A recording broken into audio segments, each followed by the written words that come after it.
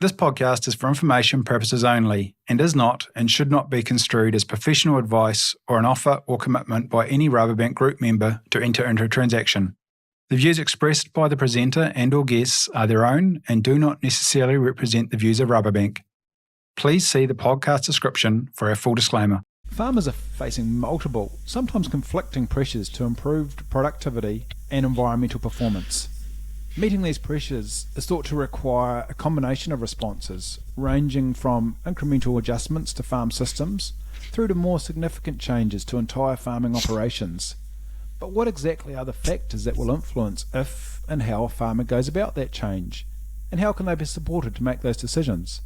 I'm your host, Blake Holgate, and today I'm joined by Landcare Research Senior Researcher for Economics, Geoff Kaine, who has been researching how to best support farmers who are faced with the need or desire to make some form of change, but are struggling to rationalise how to go about incorporating that change into their operation.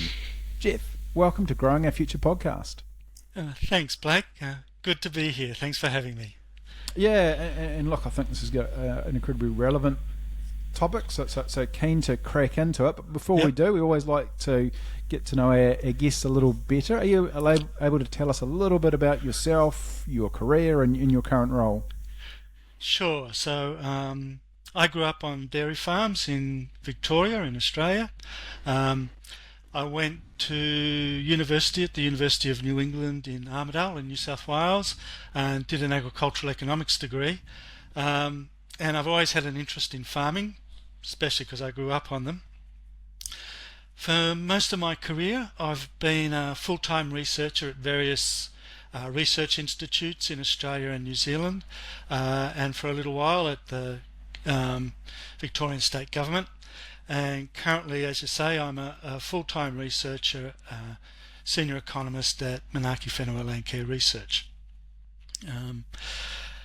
I guess my specialty over my career has been understanding why farmers do what they do, so particularly around understanding the factors that influence their adoption or not of new technologies and practices, both practices and technologies that influence productivity, as well as practices and technologies that influence environmental performance.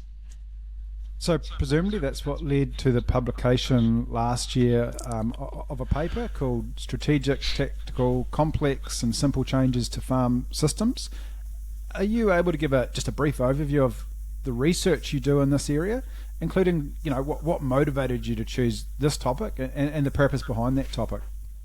Sure. So Landcare Research has a 5-year endeavour grant from the Ministry for Business Innovation and Employment, and the title of that grant is Moving the Middle, and the purpose of the grant is to fund research to better understand the factors both on-farm and off-farm that hamper or prevent farmers from improving their environmental performance. And the idea is that by improving our understanding, we might be able to find better ways to help farmers to make changes on their farm, particularly in the environmental performance area. And I lead the research on the on-farm stuff, so what factors in the farm system hamper or create obstacles for farmers in terms of improving their environmental performance. Yeah, interesting, because a lot of the conversations we have in this environmental space I find often a top-down, right? Or coming from policymakers or markets or supply chains telling farmers what they need to do. Yeah. Possibly what's less understood is, to your point, what drives or influences farmers when they're making decisions around their own businesses, right? And that's what these are. These are their farming businesses. Yeah, that's right. And I guess you could say that my career's mostly been about trying to understand farmers or learning from farmers in order to be able to explain to policymakers, industry bodies, input suppliers and all those kinds of people why farmers are doing what they do and why farmers are not doing things that they want them to do. Yeah. And ultimately, if everyone wants to drive change on the ground, it's the farmers that we're talking about that are making the change, so it's got to resonate with them and make sense for their business, so it would make sense to understand what's driving their decisions. Exactly, yeah. So let's talk. Can you talk us through, the different types of changes that farmers can make to their farming systems, as you set out in your paper and wider research? Yep. So what we did was to classify changes in farm practices or technologies into 4 types, and the 4 types are simple, complex, tactical, and strategic. And the 4 types are based around the idea that farmers really have 2 things they can fiddle with on their properties in terms of improving performance. They can either change their inputs that they use, or they can change or modify the outputs that they produce. So it's all based around those ideas. So starting with the easiest is simple change, and that's where a farmer makes a slight change to one of the components of their farm system. So you could imagine maybe they just switch from one kind of fertilizer to another kind of fertilizer. So fairly simple thing. Then you get more complex changes where you've got to change a bunch of components within the farm system and the relationship between them. So an example of that might be moving from furrow irrigation to micro irrigation. Then you've got what we call tactical change, which is where a farmer has to substitute one type of input for an entirely different kind of input. So probably the easiest example of that would be switching from using pasture production, pasture feed, to purchased in feed.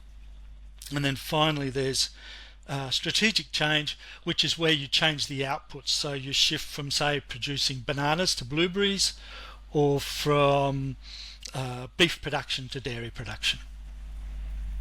Okay, so what would be the factors or considerations that would influence, one, if a farmer decides to make a change, and 2, if they do decide to make a change, the type of those changes that you've just outlined that they will need to make and how they go about it? Yeah, so I guess there's probably 3 factors altogether. So the first factor in terms of deciding whether to make a change is whether or not the change will actually improve performance. So it's often called relative advantage. That can take a number of forms. It could be so improving profitability is sort of the fundamental bottom line, if you like, but that could occur through reducing labour use or various other ways. So the first thing then is that the change offers a relative advantage.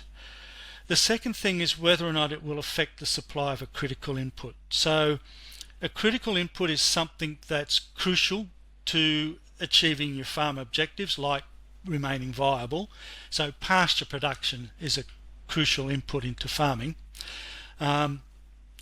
If the change is going to affect the supply of that input in some way, then what that basically means is you're going to have to make a tactical or strategic change in order to, or what you're facing is a tactical or strategic change in adopting this new practice or technology. Then the third factor is how much do you have to reconfigure the farm system to incorporate this new practice or technology into your farm, and that's basically where the simple versus complex thing comes into play. So if you don't have to change anything very much, then it's simple. If you've got to change a lot of components and relationships in the system, then it becomes complex. So they're the 3 factors that come into play. So what that means is the type of change you're going to have to make will depend on whether adopting the new practice or technology will affect a critical input, the degree of change you've got to make to your farm system, and then fundamentally it's got to offer an overall net benefit. Strategic change is the most difficult change to make. because if you're changing outputs, it usually means it requires a lot of planning, a lot of resourcing. You've got to generally acquire, because you're producing something new, you've got to acquire new skills and knowledge. And so that's something that can take, usually happens very slowly, takes years of planning. So strategic change can take like 10 years, maybe even 2 decades sometimes, by the time you account for all the planning that's got to go on. At the other end of the spectrum, you've got simple change, which is really easy and quick. It's sort of plug and play.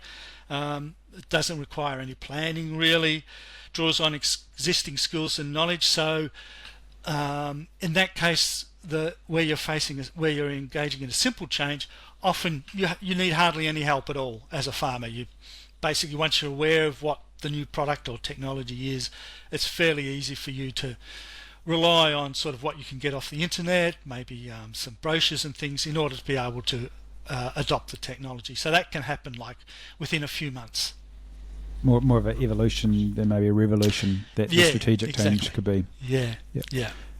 You mentioned early on about the farmers' objectives, what they're trying to achieve. How important is it to have clarity around your strategic business objectives when going through this framework around deciding what changes you want to make? How much of it is about having a purely profitability driven objective versus others have a preference for maybe more sustainability or environmental drivers within the context of profitability?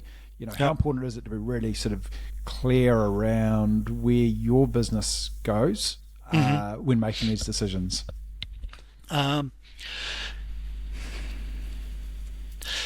If you're not pretty clear at the start, then thinking this process through forces you to become quite clear about what you want to do, what you want to achieve,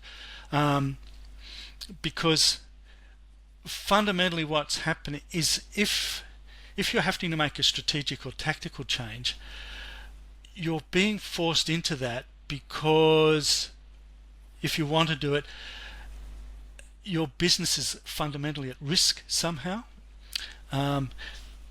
or adopting the technology or the practice will put your business at risk. So thinking about it, you're put in a position in contemplating whether to make this change. You've really got to think through, is it really worth it? Do I want to put my business at risk and go through all the heartache of these changes and the risks that are involved in order to adopt this practice or technology?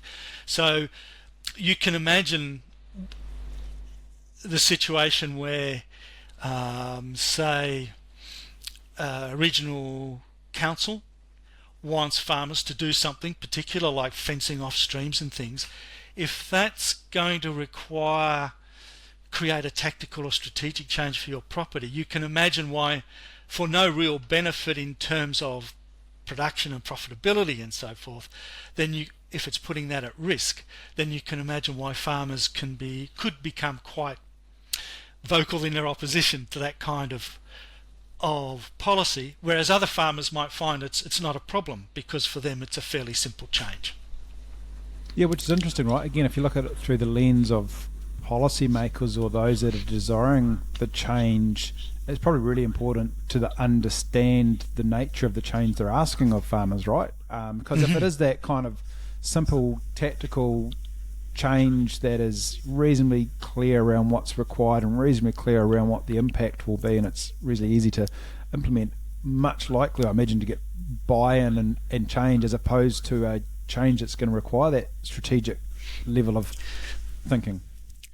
Yeah. Well, I came across some lovely examples of it when I was doing this research. So in one of the papers we published, we focused just on one particular thing, which was fencing off wet areas on the property to create sort of little wetlands and things like that, which has been something that's been encouraged to build biodiversity on farms. And some of the properties I went and visited, fencing off wet areas on the property was a pretty straightforward, simple change to make. It was because the wet area might be on fairly marginal land that's flood prone, so it's not contributing much to productivity on the farm. It could even be creating dangers for the livestock on the property. So it was fairly straightforward for the farmer to sort of think through the consequences of fencing it off. They could sort of say, well, it's not affecting pasture production or anything like that, so it's not affecting a critical input. Therefore, it's either a simple or a complex thing, and as it turns out, it's in a distant location on the property perhaps, so it's easy for me to just whack a fence around it, put a few plants in, and away we go. So for those farmers in that situation, they can comply with a regulation fairly easily, and perhaps offering a little bit of an incentive, say some incentive for fencing or something like that, will encourage them to bring their plants to do that kind of thing forward, do it quicker. On the other hand, I visited properties where they had wet areas on their farms, but they were in key stock flow or stock routes on the property. It was good soils. So for those farmers, it was a much more difficult decision to make, because first off, if they fenced off the area, they would lose pasture, so critical input. The other thing that would happen was that it might create a pinch point, so it would interfere with stock movement around the property. So that meant they would have to reconfigure their fencing and their laneways. So you can sort of see it's starting to become quite a big exercise, and quite an expensive exercise for them to fence off that particular spot. It's much easier for them to perhaps, if under the right conditions, to simply put in some drains and improve the actual productivity of that particular wet area. So in that situation, those farmers are going to be reluctant to fence off that wet area. It may be easier for them and more sensible to fence off some, a bush block on their property or something like that instead. So you get, even for something as simple as fencing off wet areas, you get it can represent quite different types of change depending on the configuration of your property. And did your research, Geoff, look at all around, obviously a farmer can make a choice around maybe making a series of simple tactical changes versus more of a long-term strategic. And I suppose there's a decision in there. Will a series of tactical changes ultimately get me to where I need to get to? Because the risk is you make a series of small tactical changes, simple and ones, you do that, but it's still actually not going to get you where you need to get to, and then you've got to almost revert back to a strategic decision. Does it sort of research look around where I suppose you say tipping point is there around which is the pathway to choose? Not directly, because what we were interested in is understanding why farmers might be reluctant to adopt practices that would improve environmental performance. And we were looking at things fairly common sense ones like fencing wet areas, fencing riparian strips, planting riparian strips, planting bushland areas and stuff like that. So what it leads to is the idea that you'll pick whatever's simplest amongst those options to do first, but that's a long way away from thinking about how you would define a sustainable farm in the broad. Usually what happens is that, from my experience as a researcher and sort of observing change over the last 40 years in agriculture, is that a strategic change generally only comes about either because you're forced into it, because your current production system's becoming unprofitable. So, for example, we saw that in the northern coast of New South Wales, where they'd been banana producers for like years and years, decades, and then banana production opened up in Queensland, and the price of bananas fell, and bananas were no longer economically viable around Coffs Harbour in the north coast of New South Wales. And so farmers had to find something else to do to make a profit, and they switched to blueberries. So there's that kind of change that's forced on you. You could imagine something similar happening here, for example, if climate change and sea level rise meant that drainage systems in the Hauraki were no longer viable, and so the farmers there might have to shift out of dairying and dairying production in particular into something else like blueberries. The other way it works is if an alternative appears that is clearly, demonstrably way superior in terms of performance, and so you get the switch from, say, like down in the South Island, from beef production into dairy production. So it isn't like, how should I put it? You can sort of map out these things that they're. But what can happen is that over a period of time you might make a number of tactical changes, a number of simple changes and complex changes that add up to a tactical change. So you're still producing the same output, but doing it an entirely different way, perhaps going from conventional horticulture to organic horticulture would be an example of that. Sure. And presumably if you're going to make more of a complex strategic change around concerns for government policy or regulatory drivers, you'd want a pretty strong degree of certainty around what they're going to look like into the future if you're going to make that kind of shift to your farming system.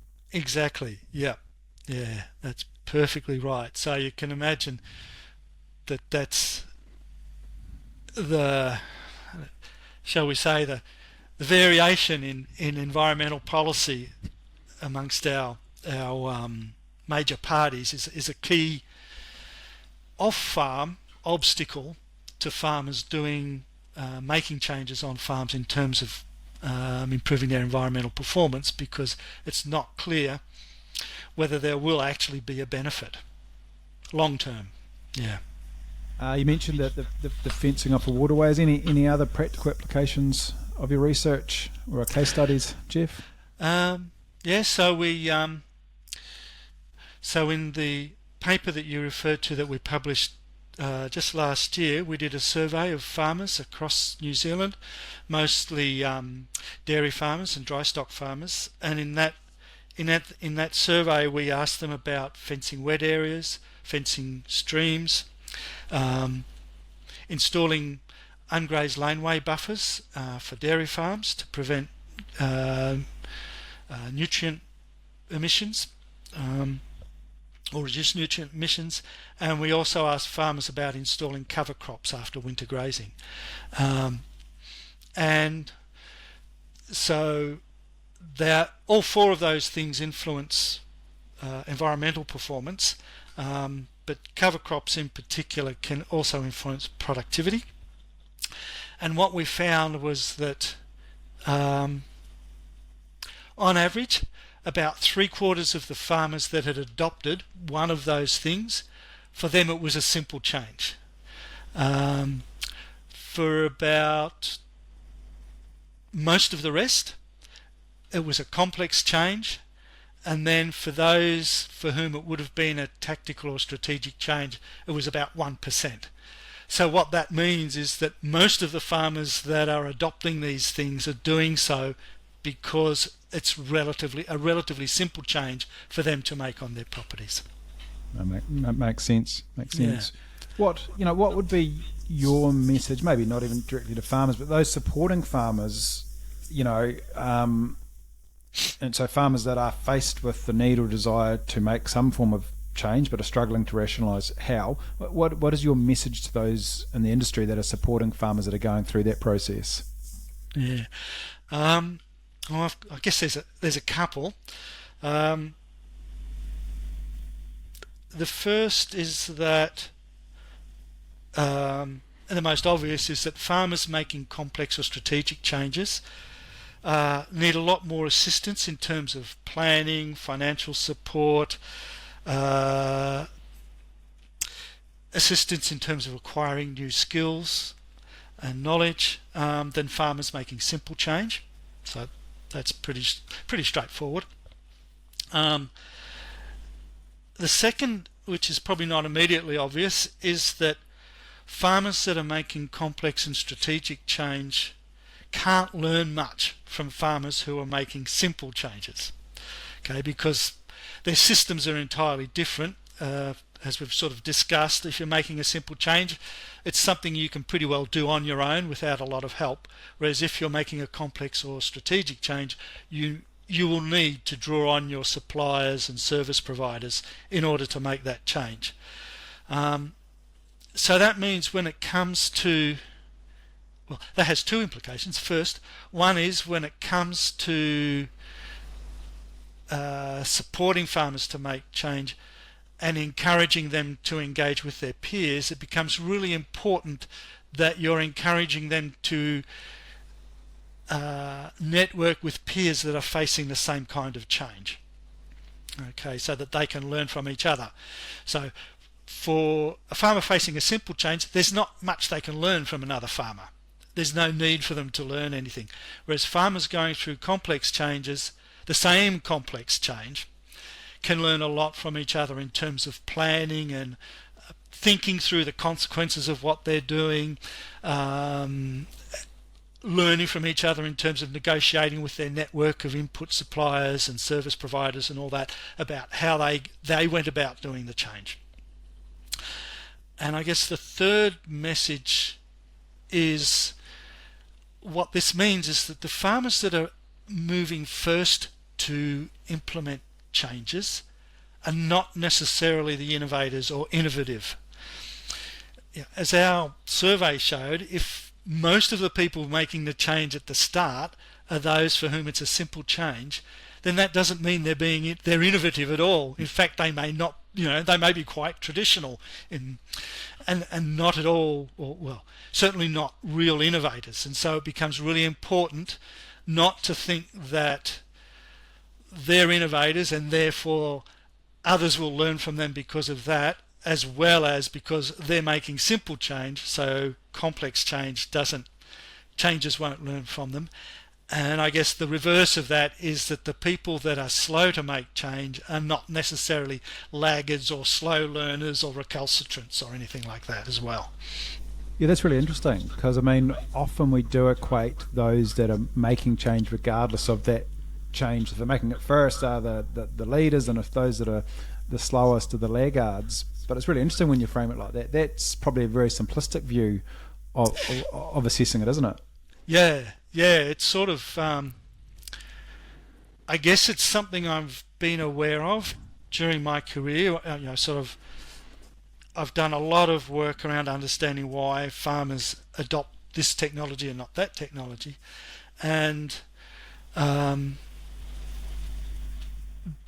this was the first occasion I'd had to actually try and explore the dimension, the implications of why making a simple change happened, why there were differences in the timing at which farmers made changes. Why did some farmers make change much earlier than other farmers?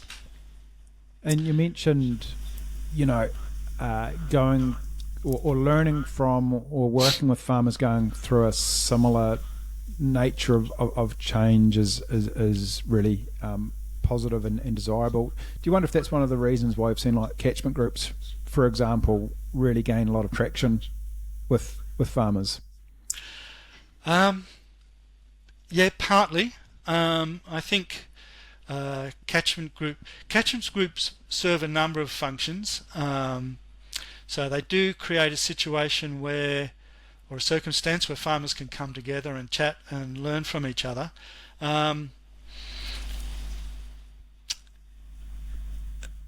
I think we have to be a bit careful about the importance or the responsibility we put on catchment groups for creating change, because often catchment groups are created around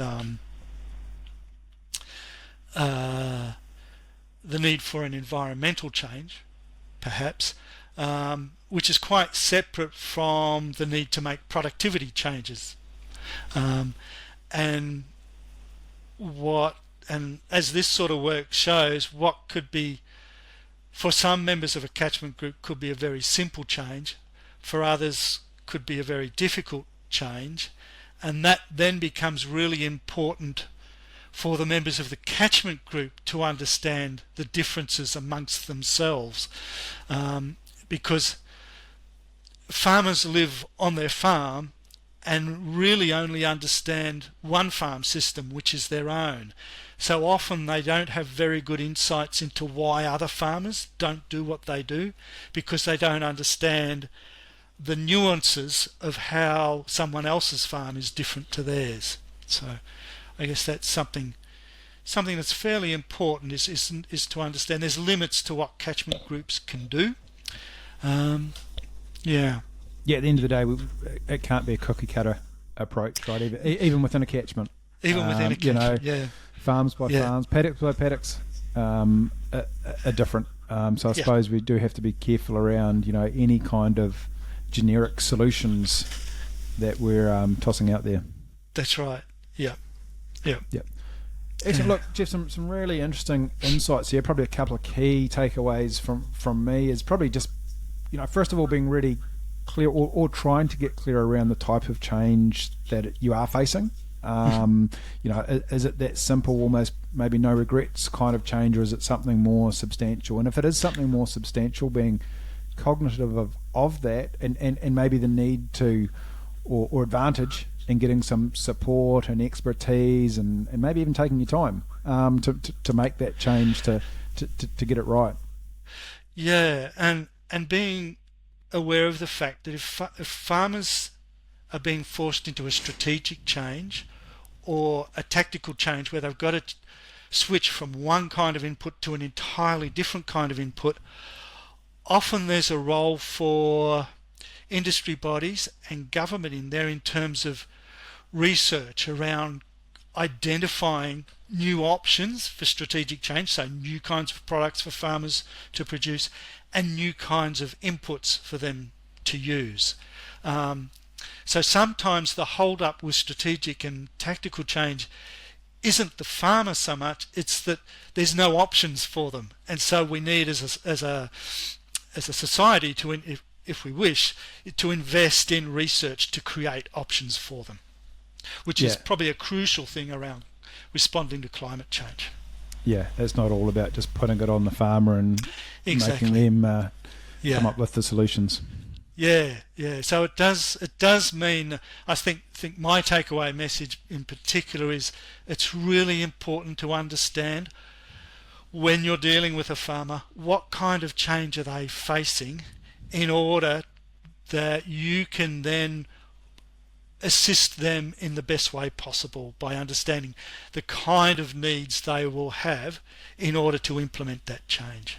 And again, about the needs of them and their business rather than maybe external stakeholders. Yes. They're the drivers or the influences on the farmer's business, but at the end of the day, it's still the farmer's business and they need to make decisions to meet their needs, don't they? That's exactly right. Yep. Excellent. Hey, thanks, Geoff. Really enjoyed the discussion. We catch up semi-regularly, so, keen to keep the dialogue up and see where your research takes you, because I think it's really important and informative, the type of work you're doing to help not just farmers but those supporting farmers to really ensure all in the industry can make good decisions to put their businesses in the strongest positions going forward. Thanks, Blake. Yeah, I'll look forward to keeping in touch and letting you know what we learn next over the next 18 months. Yeah. Brilliant. Thanks, Geoff. Cheers, mate. Thank you.